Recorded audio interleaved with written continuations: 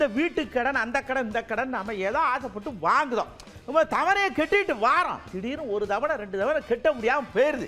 உடனே இந்த ஃபினான்ஸுக்காரர்கள்லாம் வந்துக்கிட்டு இந்த வீடு கடனில் இருக்கு, இந்த காரு கடனில் இருக்கு, இந்த ஆடு கடனுக்கு வாங்கினதுன்னு பெயிண்டை வச்சு எழுதிட்டு போகிறாங்களே, இது நல்லா இருக்கா, இது சரியா, இதுக்கு ஒரு தீர்ப்பை சொல்லுங்கன்னு மக்கள்கிட்ட கேட்டோம்.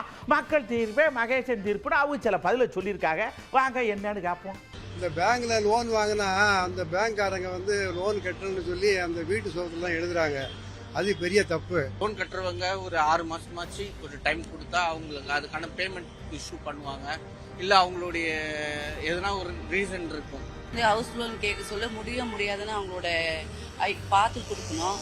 கொடுத்துட்ட பிறகு அவங்க முடியலன்னா இப்படி எழுதி வச்சு அவங்க ஃபேமிலியில் எல்லாருக்கும் இரிட்டேட்டிங்காக இருக்கும். அதால் ஃபேமிலியே ரன் பண்ணுறது, பொண்ணு எடுக்க மாட்டாங்க, நிறைய பிரச்சனை இருக்குது. இதனால அவங்க லைஃப் போக சொல்ல வர சொல்ல அவங்களுக்கு இரிட்டேட்டிங்காக இருக்கும். அவங்களும் மென்டலி அஃபெக்ட் ஆகி they also take wrong decision and they end their life. வாங்குற வரைக்கும் லோன் வாங்குறீங்களா வாங்குறாங்க கேட்பாங்க. அதுவும் எங்கன்னா ஒரு வேலை செய்யறவங்கன்னா இவ்வளோ நான் தரேன், இவ்வளோ 10 வாட்டி கேட்பாங்க. ஆதார் கார்டு கொடுங்க, அது கொடுங்க.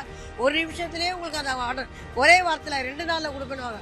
இருக்கப்பட்டவங்க பல கோடி ஏமாற்றிட்டு பல இது பண்ணுறாங்க. அது யாரையும் எந்த ஒரு கவர்மெண்ட்டும் அவங்களுக்கு எந்த ஒரு என்ன சொல்கிறது இடைவரும் பண்ணுறதில்ல, சரிங்களா? ஆனால் இல்லாதவங்கள பட்டு வீடு ஒரு இதை கடையை எழுதி இது எங்கள் பேங்க் சொந்தம் அப்படின்னு சொல்லி எழுதி போர்டு வைக்கிறாங்க. சீலை வச்சுட்டு அவன் வீட்டையும் விற்க முடியாமல் வேறு வீட்டுக்கும் குடி போக முடியாமல் எத்தனையோ பேரும் மனநிலையில் பாதிக்கப்படுறாங்க. சூசைடு தற்கொலைக்கும் கூட போயிடுறாங்க. இது நம்ம இந்தியாவில் மிக மிக ஒரு தவறான நடவடிக்கைகள். வங்கிகள் இதை கைவிட வேண்டும். ஒரு 2 மாதம் ஒரு எக்ஸைஸ் கொடுத்து 3ஆவது மாதம் கட்டுங்க அப்படிங்கிற மாதிரி ஒரு இன்ஃபார்ம் பண்ணிட்டு போகலாம். அதுதான் இன்னைக்கு நடைமுறை.